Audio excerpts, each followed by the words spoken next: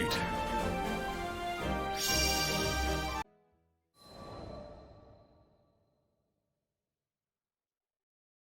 Foul smell fills the air as my dissolving limbs grow black. Protect the captain! Get him somewhere safe! No, leave me. Run. As long as you're alive, we can rebuild.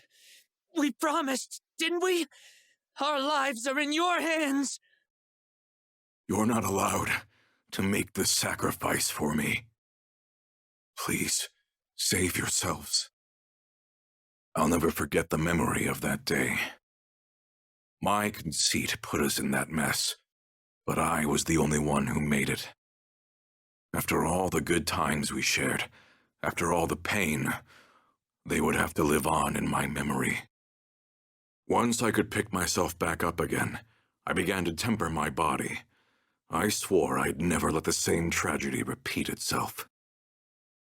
It wasn't long before this husk became resilient, augmented and conditioned to withstand even lightning. I no longer felt physical pain, or much of anything at all. It was preferable that way. I could be a shield to protect others, to protect them from the same tragedy that befell my crew.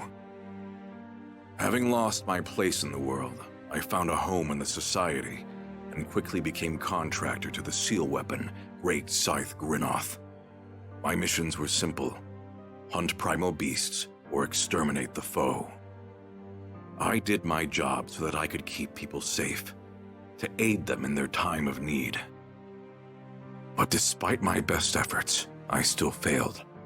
I was powerless when Vern was kidnapped right in front of me.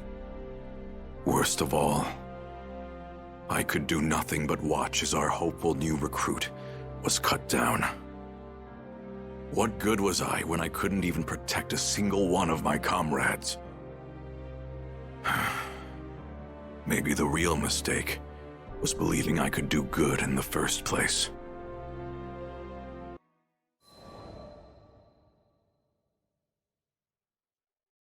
I joined the society to protect others, which sounds noble on paper, but in reality, it was all for my own sake.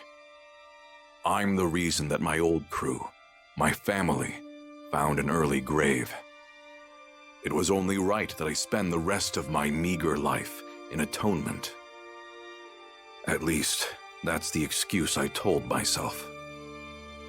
In truth, another part of me was deluded into thinking I could free myself from the guilt, but only if I could change into another person. Turns out that being immune to physical torture does nothing to protect your heart from psychological torment. Speaking of mental suffering, not long after I joined the society, Ilsa assigned Zeta as my partner. The old me would have worked with her just fine, but too much had changed. Her blunt honesty rubbed me the wrong way. A man can only take so much random commentary before he goes insane. Even Ilsa called her Pupper, which was kinder than what I had in mind back in those days. But it was an apt name, considering all of her barking. I didn't care about forging a real partnership with Zeta. Every time we had a mission together, I just wanted to finish it as fast as possible. But it backfired. Whenever I pushed her away, she pushed back 10 times harder. She was determined to know me. I would have never admitted it out loud, but I was afraid. After all, the closer you are with someone, the harder it is to cope with their loss.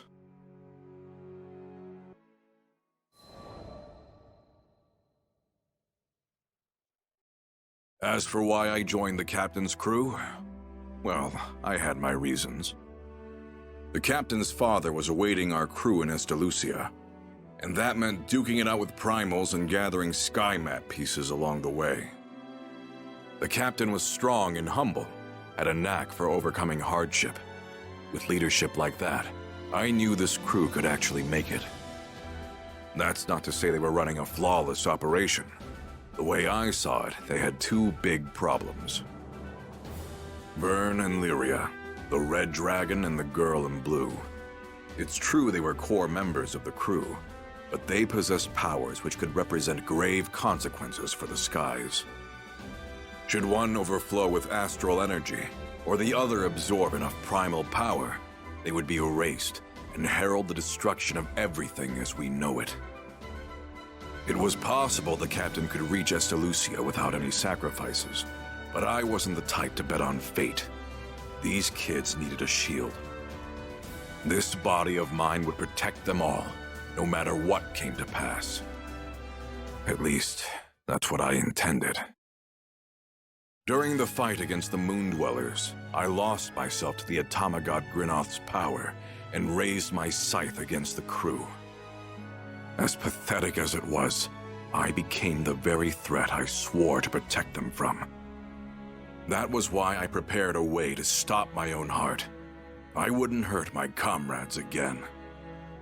If I couldn't protect anyone, then the least I could do was make sure I could do no more harm. What are you playing at, Vaseraga? Is this your penance after what happened to Lester? I was fine with sacrificing myself, as long as I could save someone else. A part of me even believed I deserved such a fate. I hate when you act alone. You could have come to me for help first, you know? We're partners, damn it! I couldn't feel pain, but somewhere inside I felt like a wound had split me in two. It took me far too long to realize that it hurt my comrades to see me suffering, that I had chosen to run instead of face my fears. Did you hear me, you big lug? You're not gonna drop dead on us. Not on my watch. My partner's instincts were sharp enough to cut right through me. But it was her words, honest and blunt, which shattered the walls around my cowardly heart. The pain I should have dealt with a long time ago came spilling out, but this time it was accompanied by a burning desire. We're going to survive this, together. And that's the way it's been ever since.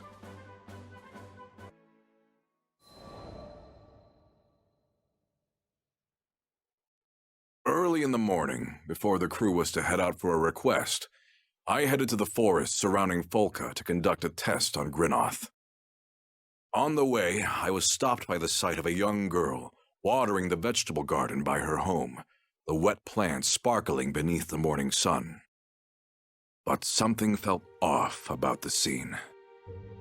In contrast to the bright garden, a dark, foul mist seemed to surround the girl. Upon noticing me, she scrambled back into her house. The miasma clung to her as she fled. Sorry, lass. Shouldn't have snuck up on you like that. But that odd mist looked too real to be an illusion, and yet it didn't seem to be doing any harm. I decided to keep an eye out. After all, Folca was bustling with the influx of refugees from Tempeal. And there was no telling what could happen in strange times such as these.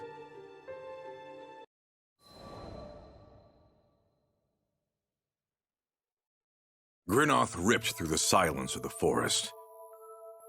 As I lowered the scythe, the quiet returned. It was a perfect place for tuning the weapon. At least, it would have been had I not sensed the presence of someone watching.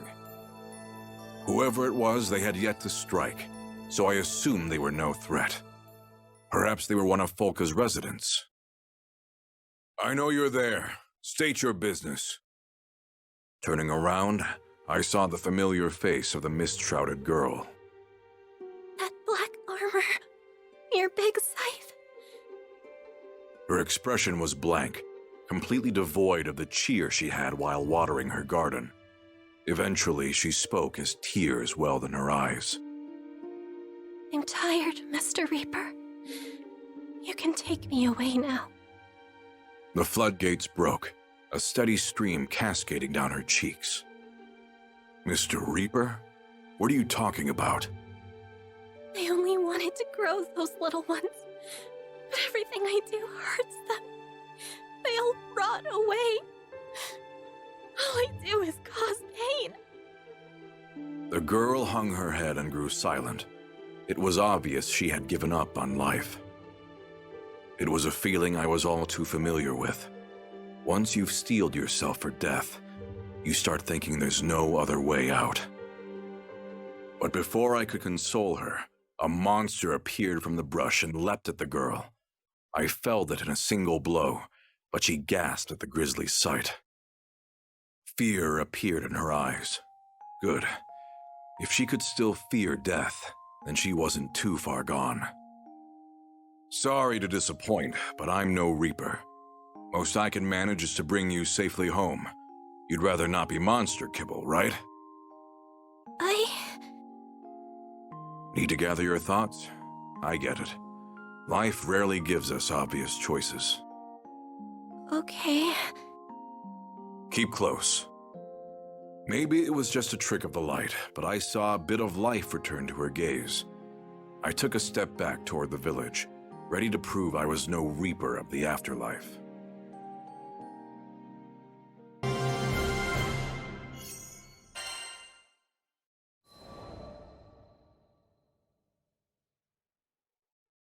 Upon arriving at the girl's home, I was met by a shocking sight. The thriving garden I'd seen before was now gray and withered, its fruits and vegetables rotting away. How could all the life have been sucked from this place in such a short span of time? When I looked at the girl, she purposefully avoided my gaze. I decided against questioning her for the moment. Whatever's going on, I might be able to help. But we can talk about that later. You should rest. Okay. She took an unsteady step through the door of her home. As I watched her go, I felt eyes on the back of my head. But when I turned around, no one was to be found. Yeah, I doubt I imagined that. I spent a few moments scanning the perimeter, but soon found nothing of concern. I decided to call it a day.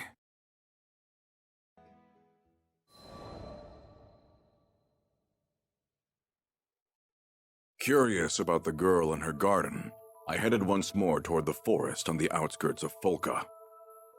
I never had a chance to thank you for the other day. Though she was more lively than before, her spirit was clearly drained. I guess it feels wrong to call you Mr. Reaper now. The name's Vaseraga. The girl introduced herself as Irene. As she spoke, I noticed her wrist was wrapped in a bandage. I asked if she was injured, but this caused her to grimace. Oh, this? It's fine. I just, cut myself is all. In a thinly veiled attempt to change the subject, Irene offered me some juice made from homegrown fruit. This is the least I can do to thank you. Do you want to drink some together? Apple. Not bad. We sat at her table and began to chat. She told me that she hailed from Grossgard, a small region near Seed Hollow. Having just moved to Folka, she was still a new face to the locals. Do you take care of the garden by yourself? Yes. Tense. Holding in on herself like a withering flower, she became the complete opposite of the girl I watched happily watering her plants. But it was not her forlorn expression that gripped me. It was the mist. Ever her formless companion, a swirling miasma seemed just beyond her perception. There were far worse things in the skies than a little smoke, but I knew this was more than it seemed. Mind if I stop by again? I could visit between requests. I wanted to help her, but not out of a misguided sense of obligation. I just wanted to make sure she never forgot what it was like to smile.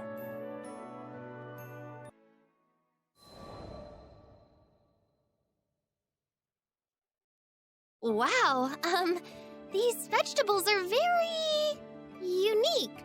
Yes, unique. I brought Vern and Lyria with me in hopes of lifting Irene's spirits. How do you make a tomato look like a shriveled bone? That's talent, I guess. Vern was, for better or worse, brutally honest. Now, who did that remind me of? Vern, don't be be rude. It's fine, Lyria. He's not wrong. Though she had every right to be offended, Irene took the comment in stride. Our two most carefree members of the crew seemed to be rubbing off on her. Guess it was the right call to bring them. I'm not the best at brightening the mood. So Vaseraga told us about your plan. You want them to grow big and healthy, but they keep withering, right? Yes. After a moment of silence, Lyria gave Irene a sympathetic smile, encouraging the girl to divulge her feelings. She began to perk up. Guess Zeta was right. It really is easier to share your worries with someone closer to your age. Taking care of those little ones is my purpose in life. She went on to recount how she had always been a loner. From a young age, her only friends were the plants she cared for. Recently, she had discovered that she could hear her plants talk, though she had no idea how or why. But now, it's like my precious friends are fading away, one by one. I don't know how much more of this I can take.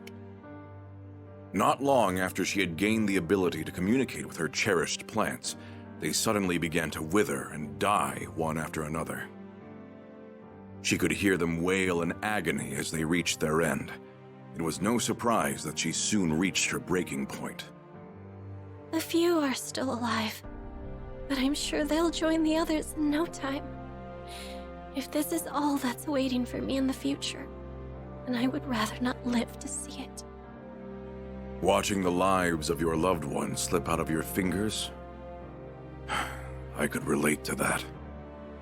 What was she supposed to do? Distance herself from her reason for living? Wasn't that as good as dying? I eyed the black mist. Look, there's gotta be a way to fix things. What? But I've tried everything. Squeezing her bandaged wrist, Irene looked up at me in confusion. I did my best to reassure her without betraying the worry gnawing at my mind.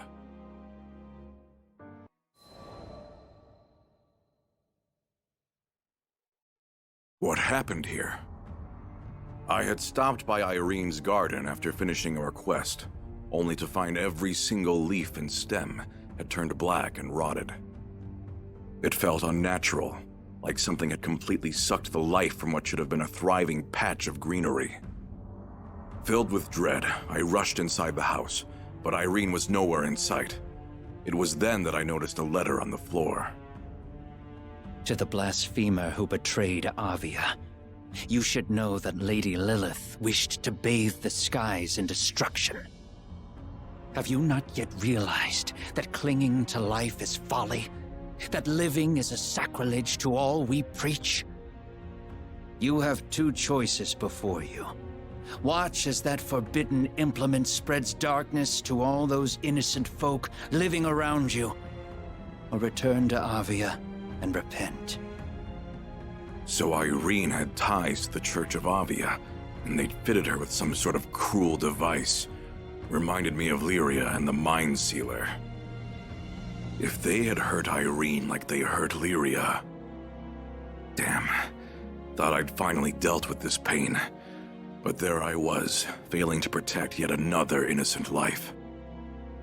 Brooding on it for too long wasn't going to bring Irene back, so I left the house and scoured the town. Avia always had a flair for drama, but I detected no commotion in town. Which means, bastards snuck away in a ship.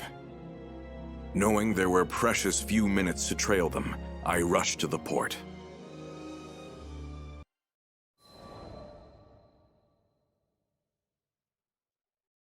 The captain, who saw me rushing to the port, joined me in the chase. Sierra Carte, who was always in the right place at the right time, heard a rumor about an Aviath battleship sighting. We took after them immediately, driving the Grand Cipher as hard as we could to close the distance. Found you. After we crested a cloud bank, their ship came into view. In a contest of speed, a mere battleship was no match for the Grand Cipher. We soon pulled alongside our quarry and boarded their vessel. I assume you're the draft that's been stalking our new shaman? Let Irene go. I'm afraid that's out of the question. The tension in the air grew palpable. That device she wears incinerates life. For now, the dark flame only affects plants. But with a little more time, the shaman will consume all life in Zega Grande.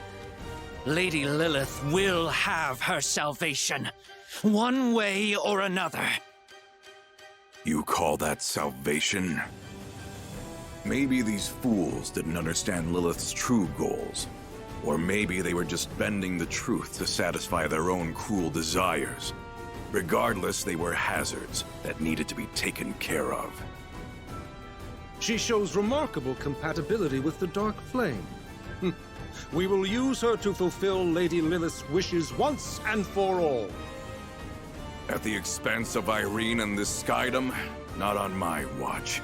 It's time someone put your schemes to rest. Grinoth, did you hear that? We've got work to do. Lend me your strength.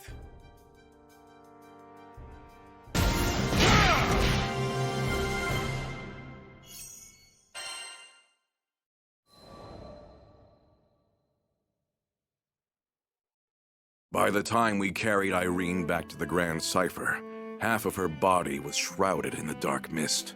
A sinister-looking device was clamped around her wrist, where the bandage had slipped off. I don't advise using force to break it. That would put Lyria's life in danger. I remembered what Roland said back on Mount Nagilith. Removing one of these implements by force could cost Irene her life, but there was no time to search for another method. Vaseraga, I'm sorry. I've caused you trouble again.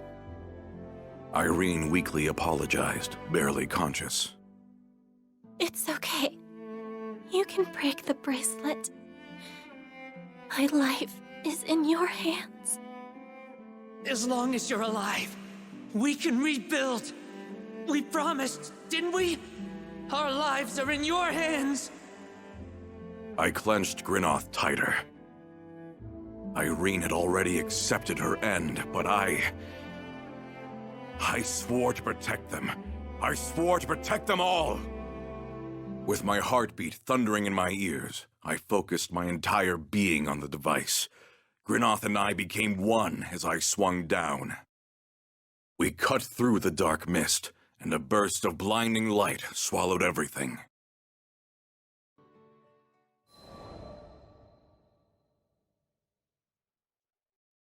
After some time had passed, I stopped by Irene's home while out on a request. Well, well. A comforting and familiar sight greeted me.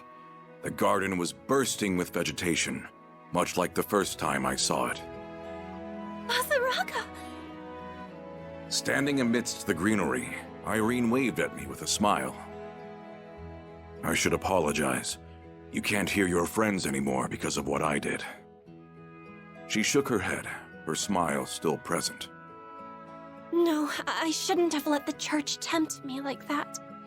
I'm sorry for dragging you and your crew into my mess. A hint of sorrow graced her features. I can't hear these little ones anymore, that's true. But I can still tell what they want to say. Is that right? Yeah. Sometimes your heart just knows these things. She turned to look up at the sky, a few tears sliding past her smile. Like how I knew to reach out to you, even if I thought you were the Reaper. Thank you for saving me, Vaseraga. Anyone would have done the same. With a careful shuffle, I turned away. A dainty garden was no place for an armor-clad warrior to stomp about. I'll see you around, Irene. I took one last look at the vibrant garden before heading back to the ship.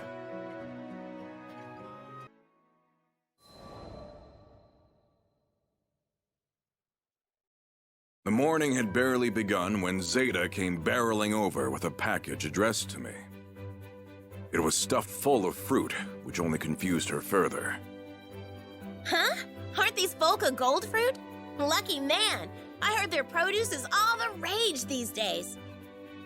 Whoops. Guess I hadn't told Zeta about Irene and her garden yet. Looks like the pantry is full. Help me carry these back to my room. Sure, but this is kind of a lot for a midnight snack. I figure being surrounded by a little more nature couldn't hurt. Didn't take you for the crunchy type. Gonna grow your own orchard or what?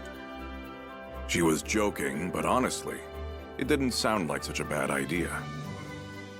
Ever had fresh apple juice before? I'll make you some, as thanks for helping me carry everything. Wait a minute. You never put this much effort into treating me. Is this a trap? A skilled gardener taught me a trick or two. Never hurts to practice a new recipe. The vibrant fruit told me how well Irene was doing, much better than any letter could. Offering her garden a silent word of thanks, I was ready to enjoy its generous harvest.